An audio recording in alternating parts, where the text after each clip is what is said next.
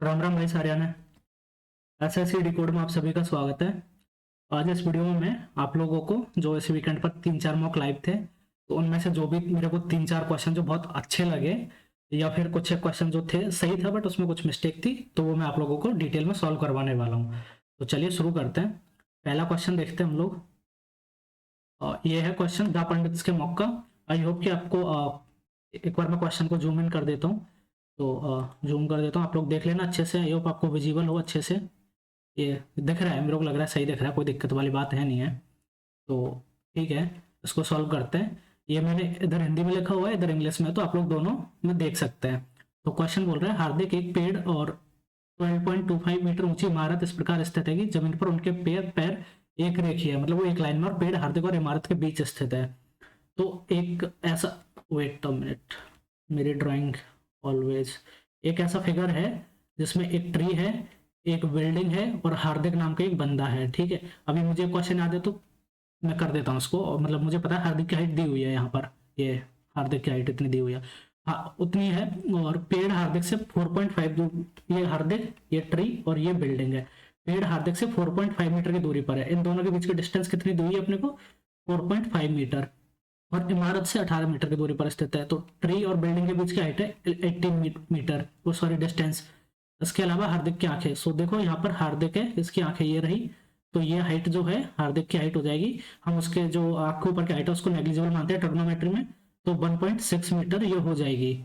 उसके बाद अब पेड़ की ऊंचाई अपने को निकालनी है, ये अपने को निकालनी है, ये वाली डिस्टेंस, ये मतलब हाइट है, डिस्टेंस नहीं है, ये वाली अपने को निकालनी है, इसको टी मान लेते हैं।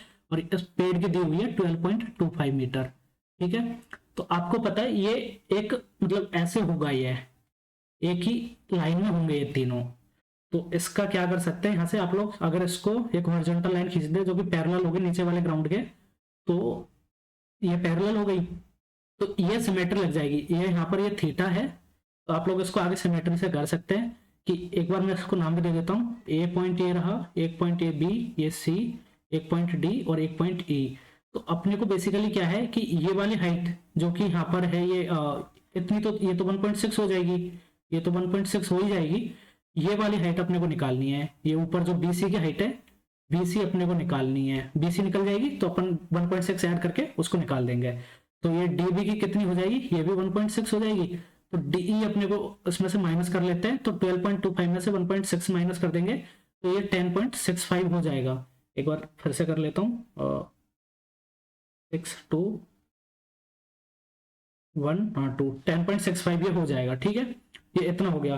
तो डी की हाइट ही हो गई। अब हम एक क्या काम करते हैं, और ट्राइंगल एबीसी में, ट्राइंगल एबीसी में सिमेट्री लगाते हैं। टेन थीटा की वैल्यू निकालते हैं, टेन थीटा की वैल्यू निकालते हैं यहाँ से। तो टेन थीटा हो जाएगा बीसी परपेंडिकुलर और डिवाइड बाई बेस। बेस क्या है यहाँ पर 4.5 मीटर, आपको पता है ये हाइट बराबर होगी, सॉरी डिस्टेंस, तो ये 4.5 हो गया। अब इस बड़े वाले ट्राइंगल में, ट्राइंगल ए डीई में, ट्राइंगल ए डी में भी हम टेन थीटा की वैल्यू निकाल सकते हैं यहाँ से। Tan theta perpendicular DE, D की वैल्यू कितनी दे रखी है 10.65, और बेस कितना हो जाएगा एडी, एडी कितना हो जाएगा 18 और 4 ये पूरा, ये ऐड कर देंगे तो 22.5 ये हो जाएगा। अब इन दोनों को इक्वल कर देंगे टेन थीटा और इसको, तो ये हो जाएगा बीसी बटा 4.5 इक्वल टू 10.65 डिवाइड बाई 22.5।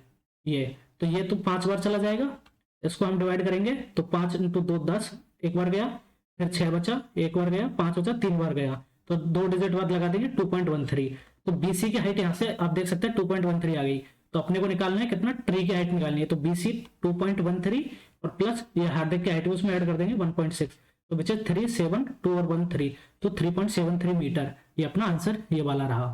तो आप लोग देख सकते हैं इसको, ऐसे क्वेश्चन को जल्दी करने के लिए आप लोगों को बस थोड़ा सा एक बार क्वेश्चन को अच्छे से पढ़ना है और ये देखना है कि इसमें कॉन्सेप्ट कौन सा लगेगा। आप अगर रैंडम जंप करोगे तो उसमें आप फंस सकते हो, इसमें इतनी कैलकुलेशन करने की जरूरत नहीं है, आपको जल्दी से आप कर सकते हैं। आपको दिख रहा है इसमें टेन थीटा आपको इक्वल कर सकते हैं, एक सिमेट्री लग रही है, और सिमेट्री हमेशा तब लगती है, इसको देखो ये भी राइट एंगल ट्राइंगल है और ये भी राइट एंगल ट्राइंगल है। तो आपको पता है अगर एक ही राइट एंगल ट्राइंगल में दूसरा भी राइट एंगल ट्राइंगल बन रहा हो तो वो 99% चांस होता है कि वो सिमेट्री ही उसमें लगेगी कहीं ना कहीं, अगर साइड निकालनी है अपने को उसकी। तो ये अपना पहला क्वेश्चन हो गया। सेकंड क्वेश्चन की तरफ चलते हैं। ये देख सकते हैं आप लोग, इसको 13% को, ओनली 13% स्टूडेंट्स ने आंसर किया था एग्जाम टाइम में, तो ये अच्छा क्वेश्चन था। ठीक है, आगे चलते हैं अगले क्वेश्चन पर। ये सेकंड क्वेश्चन है हमारा, ये विद्या पंडित के मॉक का है। इसमें आप लोग देख सकते हैं कि इसको 16% लोगों ने आंसर किया है। तो ये क्या बोल रहा है, the price of an AC increases and decreases in every alternate year by, इतना जो भी परसेंटेज दे रखा है, it started with an increase in 2004, the price of the AC in 2007 as compare to that in 2004।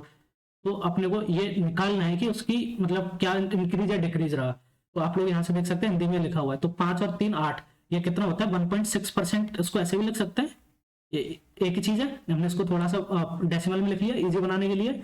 अब ऐसे है, ये 2004 है, 5 है यहाँ पर, 6 यहाँ पर है और 7 यहाँ पर है। तो इसमें क्या बोल रहा है ये कि ये एक बार में इंक्रीज हो रहा है और एक बार में डिक्रीज हो रहा है। तो एक बार में इंक्रीज हो गया तो पहले तो 1.6% इंक्रीज हो गया 1.6%, फिर 1.6% डिक्रीज भी हो गया और फिर से 1.6% इंक्रीज हो गया।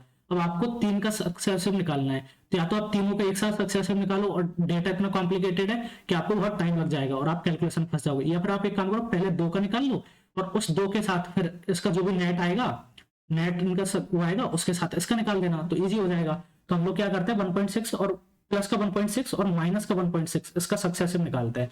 तो इसका तो हो जाएगा 1.6 माइनस 1.6 माइनस 1.6 इंटू 1.6 बटा 100, आपको पता है यही होता है। तो ये तो 0 हो गया, ये होता है 2.56 और नीचे 2 0 हो रहा है तो 0.0 माइनस का 0.0256%। ये इसका अभी तक का यहाँ पर नेट आया 0.0256%, ये माइनस का।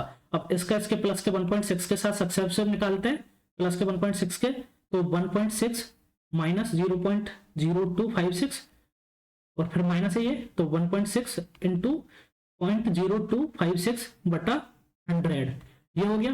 तो इसमें से हम इसको सॉल्व करेंगे। आप लोग देखो, या तो इसमें आप लोगों को ऑप्शन दे रखे हैं कि एक तो 2.57 दे रखा है, ये डिक्रीज है, ये इंक्रीज है, दूसरा 1.57 ये डिक्रीज है और 1.57 ये इंक्रीज है। तो आपको पूरा सॉल्व करने की जरूरत नहीं, आपको पता है कि यहाँ पर अगर 1.6 में से आप कुछ घटाओगे तो ये डेफिनेटली 1.6 से कम आएगा, जो भी नेट आएगा वो 1.6 से कम आएगा और 1.6 से कम है। बट और यहाँ पर इसमें भी माइनस है, ये बहुत छोटा नंबर आने वाला है, मतलब 0 से भी लेस देन 0, मतलब 1 से बहुत छोटा आने वाला है, 1 से, तो 1 से बहुत छोटा आने वाला है, तो ये 1.6 से कम ही आएगा। 1.6 से कम एक ही ऑप्शन है यहाँ पर 1.57, बट ये पॉजिटिव है तो इंक्रीज होगा, तो 1.57 की ये इंक्रीज हुआ 1.57, इसमें आपको ये आंसर मिल गया। अगर आप इसको आगे तक सॉल्व करेंगे काफी टाइम लगने वाला है और वो की पेपर में उतना करना नहीं होता है। आगे चलते हैं, एक अगला क्वेश्चन हम लोग देखते हैं। हाँ, ये वो क्वेश्चन है जिसमें पेपर में मैंने काफी टाइम वेस्ट किया था, आप लोग देख सकते हैं। लगभग 159 सेकंड मैंने उसको वो किया था और लास्ट मैंने इसमें एक रैंडम गैस लिया था और उस गैस का लॉजिक ये था कि इधर ये 112 दे रखा है तो ये 180, ऐसा मतलब मोस्ट ऑफ द टाइम ये होता है कि या तो 90 डिग्री बन रहा होता है या फिर 180 डिग्री बन रहा होता है। तो मैंने 112 में 68 जोड़ा तो ये 180 आ गया। तो मैंने सिर्फ इसको रैंडम गैस से 68 डिग्री लगाया था, इसको मैंने सॉल्व नहीं कर पाया था। और वो सॉल्व क्यों नहीं कर पाया था उसके पीछे का रीजन था, इसमें क्वेश्चन में डेटा ही गलत दिया हुआ है। मैं भी आपको एक बार क्वेश्चन का अकॉर्डिंग डेटा बताता हूँ। इसमें लिखा हुआ है और tangent at point be on a circle with centre हो, तो पहले एक सेंटर बना लेते, सर्कल बना लेते हैं। ये है, इसमें पॉइंट बी है, ये अपना पॉइंट बी है, इस पर एक टेंजेंट है, ये अपना सेंटर रहा O, intercepts the diameter C D. अगर ये अपना डायमीटर है of the circle when extended at point A, तो इसको अगर आगे ए पॉइंट तक एक्सटेंड कर दिया तो ये अपनी टेंजेंट हो गई ये यहाँ पर, तो ये इंटरसेप्ट कर गया है ना। तो उसके बाद एंगल बी ए डी, तो अगर एंगल बी ए डी इसको ऐसे लेते हैं, ठीक है, तो एंगल बी ए डी ये वाला एंगल 112 डिग्री दे रखा है। तो आप बताओ ये पॉसिबल है क्या? ये एक, ये अपनी रेडियस हो गई आर, ये होता है 90 डिग्री का एंगल, क्योंकि टेंजेंट और रेडियस के बीच का एंगल हमेशा 90 डिग्री होता है, तो ये 90 डिग्री। तो इज इट पॉसिबल कि ट्राइंगल का जो तीनों एंगल का सम है θ1 plus θ2 plus θ3 is greater than 180 degree, ये पॉसिबल होता है क्या? अगर ये 90 और ये 112 है तो ये तो सिर्फ दो एंगल का सम ही 202 हो गया, फिर ये एंगल भी आएगा। तो ये फिगर मतलब इसमें क्वेश्चन जो डेटा दिया हुआ था वो गलत था। अब इसमें चेंजेस क्या करना है आपको मैं वो बताता हूँ। इसको मिटाते एक बार। हाँ, इस क्वेश्चन में सिर्फ इतना सा चेंज करना है कि इसमें ये दिया हुआ है, इसको ए और बी को अलग अलग लिखना है। ये है B, tangent at point B, तो इसको ए कर देना है, ये यहाँ से ए कर दो और ये इंटरसेक्ट करेगी बी पॉइंट पर। ये करेंगे तो अभी आंसर बनेगा, देखना डेटा भी सही बैठेगा और आंसर भी निकलेगा। तो ये ए और बी हो गया। तो ये बोल रहे हैं angle B A D, angle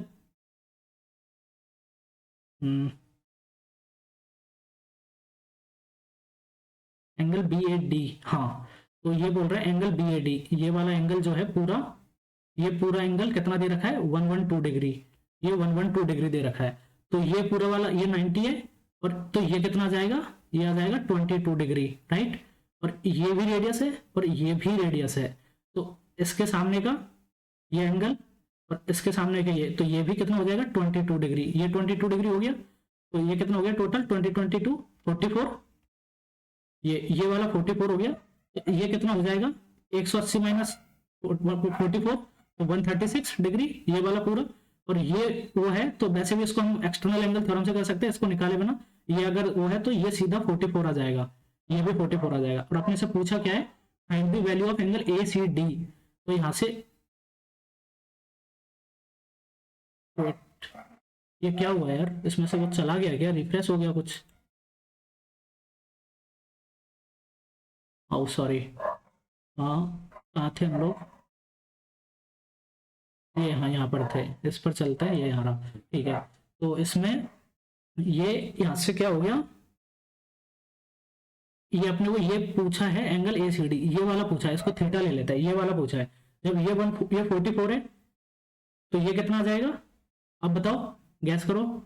ये पूरा है कितना, ये 44 है, ये यहां से ये वाला 44 दे रखा है। तो ये यहां से क्या बोलते हैं, ये है 136, ये वाला आर्क, ये वाला आर्क एडी द्वारा सेंटर पर बनाया हुआ एंगल है 136 डिग्री। और ये थीटा बन रहा है किस पे, सर्कमफेरेंस पे। तो ये 136/2 नहीं हो जाएगा, 136 degree by 2 is equal to 68 degree. तो ये इसका राइट आंसर हो जाएगा। यहाँ पर आप देख सकते हैं, ये आर्क एडी द्वारा सेंटर पर बन रहा है 136, और सेम आर्क द्वारा एडी द्वारा ये बन रहा है सर्कमफेरेंस पर, तो आधा हो जाएगा। तो ये इसमें ये चेंज था कि ये बी और ए दोनों अलग अलग पॉइंट दे रखे, तो ये चेंज करते ही हमारा आंसर भी सही आएगा, पूरा डेटा जो क्वेश्चन में दिया वो भी सही बैठेगा। तो ये कैच यहाँ पर था। तो मुझे ये क्वेश्चन बहुत ज्यादा सही लगे इसमें। बाकी क्वेश्चन तो मैंने पेपर टाइम में सॉल्व कर लिए थे, तो वो आप लोग जाके देख सकते हैं। And thank you for watching.